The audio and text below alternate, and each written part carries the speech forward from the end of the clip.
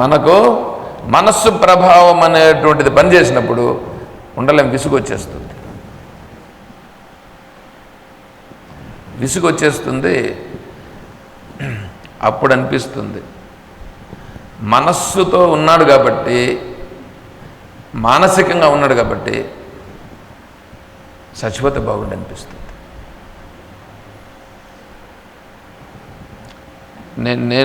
నేను చెప్తా ఉండేది మనస్సు ప్రభావం ఉన్నప్పుడు అది అనిపిస్తుంది. అంటే అది అశుద్ధ మనస్సు. కానీ ఇప్పుడు నేనేమంటున్నాను, ఇప్పుడు దాంట్లో నుంచి విడిచిపెట్టి దూరంగా పోయేదానికి వీలవుతుందా? దాంట్లో నుంచి దూరంగా పోయేదానికి వీలు కాదు. పోనీ ఆడుంటే ఇబ్బంది పడతా ఉన్నాం. ఆడ ఇబ్బంది పడకుండా ఉండాలంటే ఒకటే మార్గం. ఏమిటంటే అక్కడే కాదండి, నువ్వు అది అయిపోయిందని అనుకో, ఆటి నుంచి ఆఫీసుకి పోయినా అనుకో, ఒకవేళ ఆఫీస్ ఉద్యోగం ఉంటుంది, ఆఫీస్కి పోయినా అనుకో, ఉద్యోగంలో ఉండే వాళ్ళు ఏమైనా నీకేమైనా అందరూ సహకరిస్తారా? అందరూ ధర్మంగా పనిచేస్తారా? వాడు ఆఫీసర్ ఉంటాడు, వాడు 9 గంటలకు రావాలండి, 10 గంటలకు వచ్చినా పర్వాలా. ఇప్పుడు డాక్టర్ ఉంటాడు, పేషెంట్లు ఏం చేస్తారంటే పాపం డాక్టర్ వస్తాడని చెప్పి వచ్చి కాసుకొని ఉంటారు. వీడేమో 9 గంటలకు ఆడ కింద పనిచేసేవాడు వచ్చి ఉంటాడు. పనిచేసేవాడు 9 గంటలకు 9:30 కూడా వస్తాడని అనుకో, 9:30కు వస్తాడు. వాళ్ళు వచ్చిన వాళ్ళందరూ కూర్చొని ఉంటారు. డాక్టర్ ఎప్పుడు వస్తారండి అని అడుగుతాడు. డాక్టర్ 10 గంటలకు వస్తారండి అని చెప్తాను. 10 గంటలకు రావాలి కదా, రాడు. పోనీ 10:30కన్నా రావాలి కదా, రాడు. వాళ్ళకి ఇష్టం వస్తే కరెక్ట్గా 10కో 10:30కో వచ్చేస్తారు. ఒకవేళ రాలేదని అనుకో, పోనీ రానని చెప్పాలి కదా, అది చెప్పరు.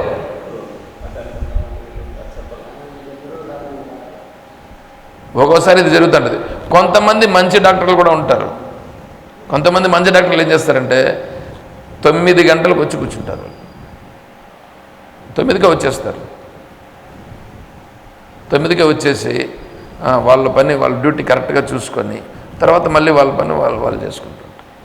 కొంతమంది 9కి రారు కానీ 10కి వస్తారు, కరెక్ట్గా 10కి వస్తారు. అట్లా వచ్చే వాళ్ళు ఉన్నారు, ఎట్లా గట్ల సరే. ఇంకొంతమంది రకరకాలుగా ఉన్నారు. నేనేమంటున్నానంటే ఇప్పుడు వీళ్ళు 10 గంటలకు రారు. ఈ ఊర్లో పరిస్థితి నేనేం చూసినానంటే, ఈ ఊర్లో పరిస్థితి ఇక్కడ దగ్గరలో గవర్నమెంట్ హాస్పిటల్లో డాక్టర్, అతను గవర్నమెంట్ హాస్పిటల్లో డాక్టర్. ఇక్కడ ప్రైవేట్ క్లినిక్ ఒకటి పెట్టుకో అన్నాడు. పేరొద్దు, ప్రైవేట్గా క్లినిక్ ఒకటి పెట్టుకో అన్నాడు. ఎప్పుడు పోతాడు ఇంక మళ్ళీ హాస్పిటల్కి? ఎప్పుడు చూసినా ఆడ ఓపెన్ చేసి కూర్చొని ఉంటాడు. మరి ఇంకా గవర్నమెంట్ డాక్టర్గా ఉండి శాలరీ తీసుకోవట్లేదా? ఆ ప్రజలందరూ ఏం కావాలండి? ఇప్పుడు ఆడ పనిచేస్తున్నారని అనుకోండి, పనిచేసేటువంటి వ్యక్తులు ఉన్నారే, వాళ్ళు ఇప్పుడు ఆ వచ్చే పేషెంట్లకి అడిగినప్పుడు వాళ్ళకు చికిత్స చేసేదానికి కదా ఇతన్ని పెట్టిండేది అక్కడ. కానీ అక్కడ చేస్తున్నాడా? ఇప్పుడు అక్కడ ఉన్నామని అనుకో, అక్కడ మనం పనిచేస్తున్నామని అనుకోండి ఉదాహరణకి. ఇప్పుడు మనం ఆ పేషెంట్లను చూసి మనసుతో ఏమనిపిస్తుంది చూడు, బాధ అనిపిస్తుంది. వీళ్ళకి చెప్తే వింటారా ఇల్లు? వాడు వానికి చెప్పే పరిస్థితి ఉందా? వాడు పెద్ద ఆఫీసరు, వీళ్ళు ఇట్లుంటారు. ఇది ఎంత ఇబ్బంది అనిపిస్తుంది చెప్పండి, ఇబ్బంది. దీంట్లో ఇబ్బంది పడకుండా ఉండాలంటే ఏం చేయాలా? 2 మార్గాలు. ఒక మార్గం ఏంటంటే ఉద్యోగాన్ని విడిచిపెట్టాడు. రెండో మార్గం ఏంటి తెలిసిన?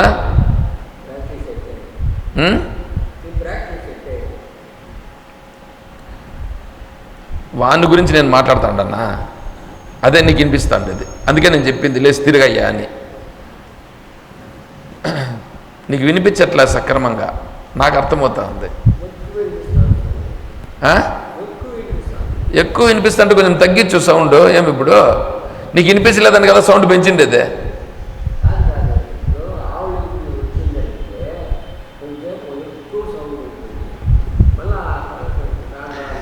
సరే, ఇప్పుడు ఆ పరిస్థితుల్లో అక్కడ ఆఫీస్లో మనం ఉన్నాం. ఆఫీసులో పనిచేసే వ్యక్తులుగా ఉన్నామండి. పనిచేసే వ్యక్తులుగా ఉన్నప్పుడు ఏం చేయాలంటే, ఒకటి ఉద్యోగానికి రాజీనామా చేయడం, లేదా వాళ్ళకి అడ్జస్ట్ అయిపోవడం. వాళ్ళకి అడ్జస్ట్ అయిపోయినామనుకో బంధం, వాళ్ళకి అడ్జస్ట్ అయిపోతే బంధం, విడిచిపెట్టేస్తే బతకలేము. చూడండి ఎట్లా ఉందో. విడిచిపెట్టేసినా హ్యాపీగా ఉండొచ్చు, దాంట్లో వాళ్ళకి అడ్జస్ట్మెంట్ అయిపోయినా హ్యాపీగా ఉండొచ్చు. కానీ రెండు చేతగాని తనం, రెండు చేతగాని తనం, అది రెండు బంధమే, రెండు బంధమే. మరి బంధింపబడకుండా ఉండుట ఎట్లా? మోక్షస్వరూపుని కదా నేను, మోక్షస్వరూపునిగా ఉండుట ఎట్లా అంటే తెలివిగా ఉండుట, తెలివిగా ఉండుట. ఆ తెలివిగా ఉండుట అనేది మనం ఉన్నామని అనుకోండి, అప్పుడు మనస్సు చేసే పని మనస్సు చేస్తూ ఉంది. మనసుతో నేనేం చేయగలుగుతాను, అక్కడ ఏం చేయగలుగుతాను అట్లా చేయగలగడం, అంతే, అట్లా ఉండడం. అయితే ఇది మనస్సుకు ఇబ్బంది కలిగించే పరిస్థితి వస్తుంది. ఇది ఫస్ట్ మనం మెయింటైన్ చేస్తే ఇదే కర్మయోగం. కర్మయోగం అంటే ఏం తెలుసా? ఇప్పుడు ఇక్కడ నువ్వు తెలివిగా ఉండుట అనేటువంటిది చేస్తావు. నువ్వు తెలివిగా ఉంటూ మనస్సు చేత ఏం చేయాలనో అంటే మనస్సు చేత మనం చేసే పని మాత్రం మనం చేస్తాం. మనస్సు చేత మనం చేయాల్సిన పని మనం చేస్తాము, ఇంక వేరే వాళ్ళ పని గురించి పట్టించుకోము. కానీ తెలివిగా మాత్రం ఉంటాం. నేను తెలివి స్వరూపుడను, ఈ మనస్సు అశుద్ధ మనస్సు నేను కాదు అని ఉండుటయే కర్మయోగము. ఏమన్నా అర్థమైందా ఇది?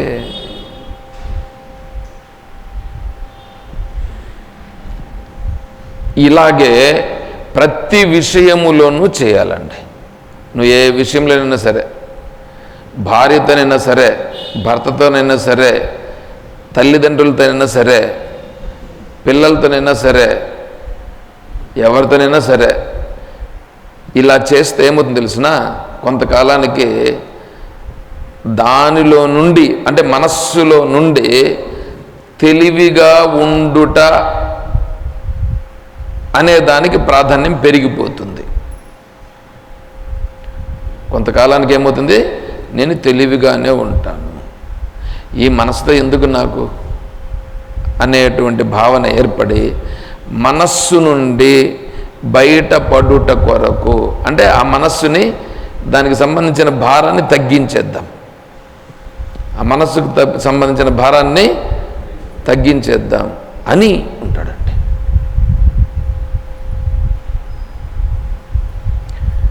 మనస్సుకు సంబంధించిన భారాన్ని తగ్గించేస్తాం అని వచ్చేం చేస్తాడంటే, ఎందుకంటే వీడు తెలివిగా ఉండుట అనేటువంటిది కదా ప్రాక్టీస్ చేస్తూ వచ్చినాడు, తెలివిగా ఉంటూ కదా వచ్చినాడు.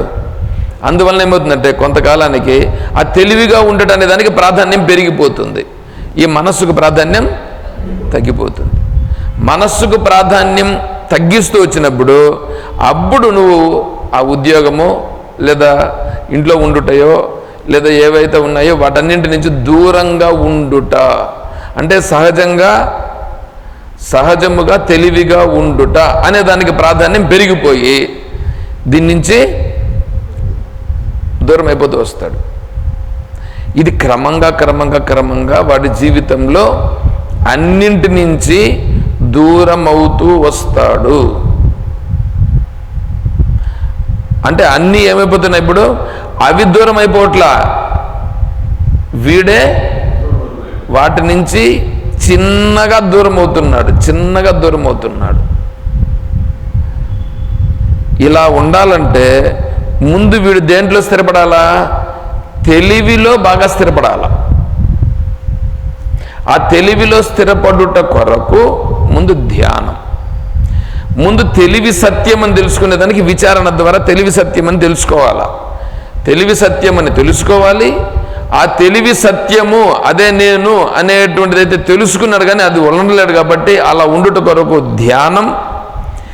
ధ్యానములో ఆ తెలివిగా ఉండుట అనేటువంటిది బాగా కొద్దిగా ధ్యానం చేస్తే ఆ మనస్సును చూడు, ఆ మనస్సు యొక్క సామర్థ్యం ఇప్పుడు ఏమవుతుందంటే విషయాలకిచ్చే ప్రాధాన్యము తగ్గి ఈ తెలివి స్వరూపానికి ప్రాధాన్యం పెరుగుతుంది. నువ్వు నిజంగా ధ్యానములో ఇది కనుక కుదిరితే, ధ్యానములో ఇది కుదిరితే ఏమవుతుంది, ఆ మనస్సుకి విషయాలపైన ప్రాధాన్యం తగ్గి ఈ తెలివి యందు ప్రాధాన్యం పెరుగుతుంది. తెలివి యందు ప్రాధాన్యం పెరిగి సహజంగా తెలివిగా ఉండుట. అప్పుడు ఎప్పుడు కళ్ళు మూసుకొని ఉండేది కాదు, కళ్ళు తెరుచుకొని ఉన్నా కూడా తెలివిగానే ఉండుట. కళ్ళు తెరుచుకొని ఉంటాడు, తెలివిగానే ఉంటాడు.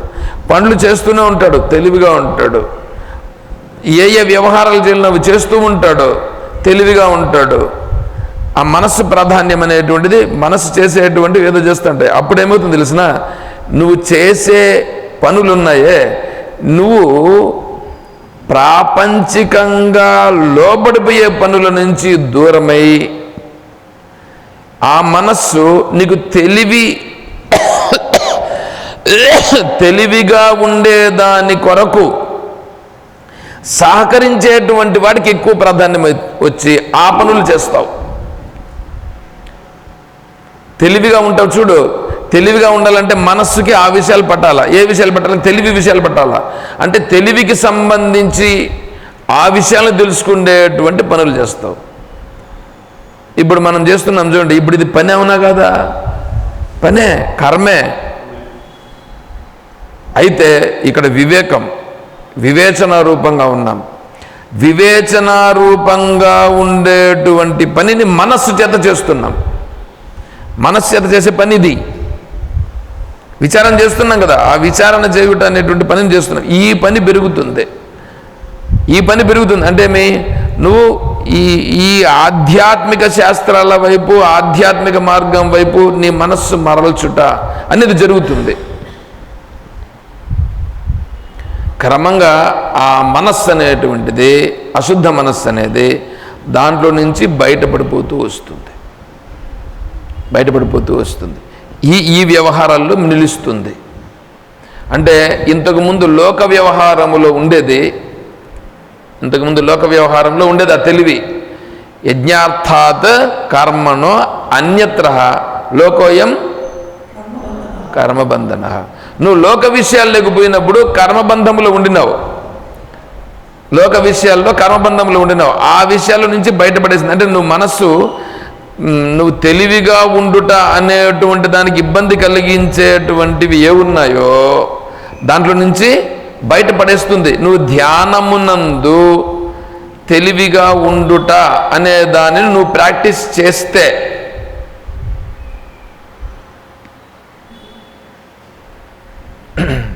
నేనైతే కరెక్ట్గా చెప్పాను. నేను కరెక్ట్గా చెప్తున్నా, నేను లైన్లోనే ఉండా. మీరు పట్టుకుంటే మీకు కూడా లైన్ వస్తుంది. అంతే.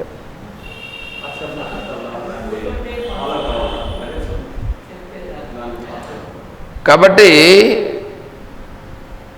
ఎవడైతే ముందు విచారణ ద్వారా తెలివి, సహజంగా ఉండేటువంటి తెలివియే సత్యం అని ముందు తెలుసుకోవాలి విచారణతో.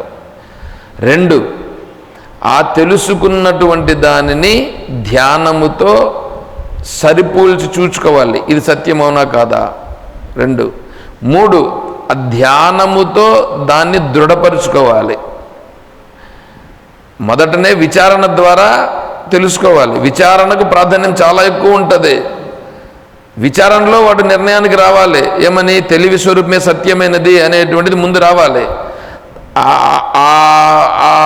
ఆ విచారణ, దానికి సంబంధించిన గ్రంథ పరిశోధన అవన్నీ చేసి ఆ నిర్ణయానికి వస్తూ ఇప్పుడు ధ్యానం చేస్తూ, ఇది సపోర్ట్. ధ్యానంలో ఏమవుతుందంటే ఆ తెలివిగా ఉండుట అనేది చేస్తూ వస్తావు. ఈ తెలివిగా ఉండుట అనేది ఎప్పుడైతే నువ్వు చేస్తూ వచ్చినావో ఇదేమవుతుందంటే నువ్వు ఇంతవరకు శ్రవణం చేసినది ఈ తెలివిగా ఉండుట అనేది 2 ఒకదానికొకటి పరస్పరం సహకారం అవుతాయి. అప్పుడు తెలివితత్వం బాగా దృఢమవుతూ వస్తుంది.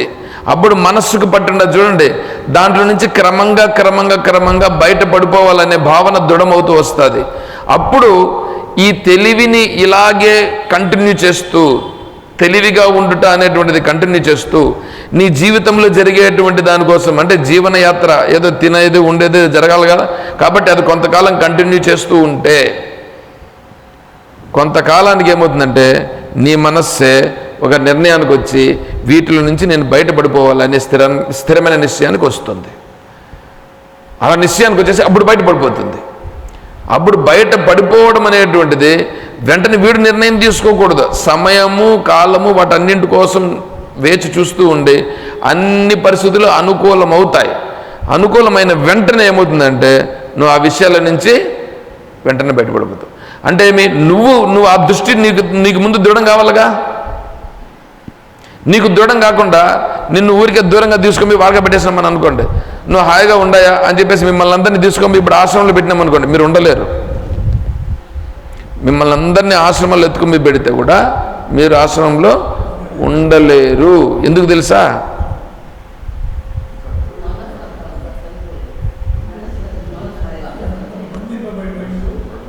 బంధింపబడిపోయి కాదు నాయనా, మీరు తెలివిగా ఉండాలని మీరు అనుకునుట లేదు. మీరు తెలివిగా ఉండాలని కన్నా మీరు అనుకుంటే అప్పుడేమవుతుందంటే ఆశ్రమంలో ఉంటే ఇప్పుడు నాకు ఇంకా సహకారి అని మీరు అక్కడ ఉండగలుగుతారు. మీరు దీనికి అలవాటు పడిపోయి కొడుకులను, కూతుర్ని, భార్యను, భర్తని వీళ్ళందరితో వ్యవహారాలు చేస్తూ నేను తెలివిగాను ఉంటాను, ఇది ఉంటాను అని ఉన్నారు కాబట్టి అక్కడ ఉండలేరు. కాబట్టి అభ్యాసం అనేటువంటిది ఇక్కడ బాగా ఎవరికైతే దృఢమవుతుందో వాడు మోక్షస్వరూపుడు అవుతాడు. సరే, ఈరోజుకి నిలుపుతున్నాం, మళ్ళీ రేపు కంటిన్యూ చేస్తాం.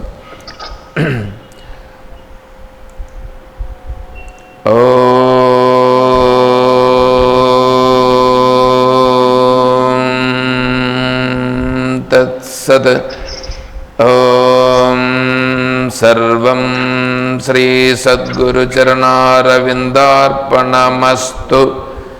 ఓం అసతో మా సద్గమయ, ఓం తమసో మా జ్యోతిర్గమయ, ఓం మృత్యోర్మా అమృతం గమయ, ఓం శాంతి శాంతి శాంతి.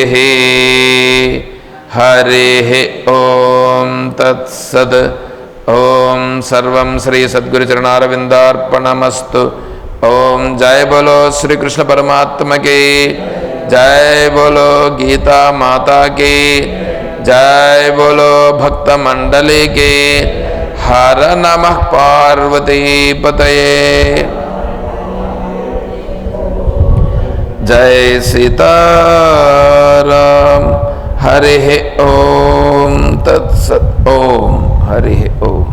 ओम हरि ओम। हरि ओम।